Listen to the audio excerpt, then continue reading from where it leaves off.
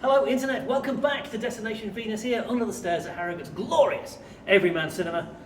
It's part 7 of What's on the Rack for New Comic Book Day, 22nd of February 2023. Part 7.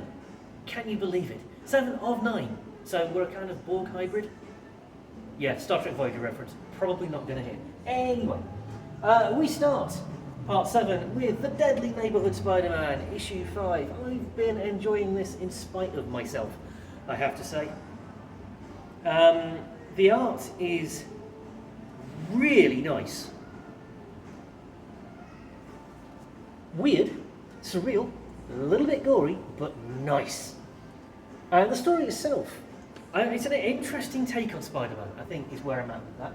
And speaking of interesting takes on Spider-Man, we have the fourth part of Peter Parker and Miles Morales, Spider-Man, Double Trouble. Now, the Double Trouble sequence of books has been utterly fantastic. It started with Spider-Man Venom in a sort of flat share comedy kind of arrangement. Then we had Thor Loki, which was, it was Loki getting Thor into trouble, basically.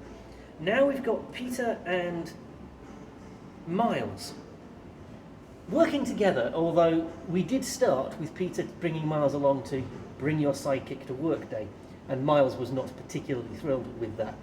It's just incredibly good fun, which sometimes you need in a comic. Suitable for all ages, but by no means just for kids. It's accessible, it's fun, it's bright. I love it. More like this, please. Then we have issue 4 of Yoda. Comic good it is. Sorry, I'm of a certain age. I have to impersonate Yoda at every opportunity.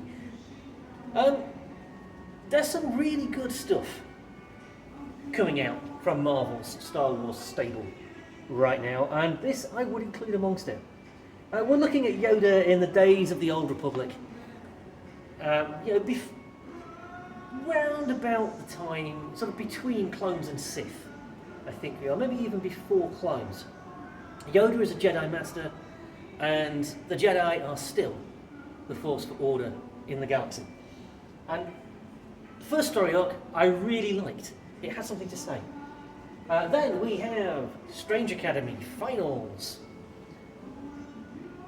where the magical kids of the Marvel Universe get to strip their stuff. It's basically Beverly Hills 90210, but set in New Orleans and with magic, and it's awesome. And then, speaking of awesome, James Tinian's amazing Something is Killing the Children continues.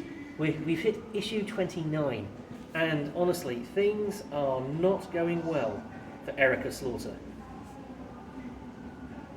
Still looks every bit as amazing as it did back at issue 1, and that's because it still is every bit as amazing as it was back in issue 1. This is a series that has really lived up to expectations, so long may that continue. Then we have the fourth part of Specs, in which two high school friends send off for a pair of spectacles that make your dreams come true. And they work. And it goes about as well as you'd expect. It's been a really entertaining series. This is the fourth and final part. The Specs have caused huge problems for our two friends. And I haven't read this issue yet. I really hope it works out for them. And then finally in part 7, the brilliant Dr. Aphra. I said there's some great stuff coming out from the Star Wars stable right now. I think Dr. Aphra is perhaps the greatest of the Star Wars characters that were created for the comics. I would love to see a live action T'Challa Aphra. We've had a live action Black Chrysanthemum, so it's not beyond the realms of possibility. And actually, a live action 000 BT would be great as well. If you're not familiar with Dr. Aphra, she is an archaeologist. She is a rogue. She is out for herself. But there is good in her. She's basically Han Solo if Han Solo had fallen in with the wrong crowd. instead of running into a farm boy and a princess. It's great stuff, it really is. And as I say, I would love a live action Dr. Aphra. But for now, we've got the comics. So, you know, there is that. That's for Act 7. And the end of Part 7, I guess. We'll be back in a little bit with Part 8. And actually, it turns out Part 8 will be the final part. Yeah, we'll see you in a bit for that. Until we do, take care of yourselves.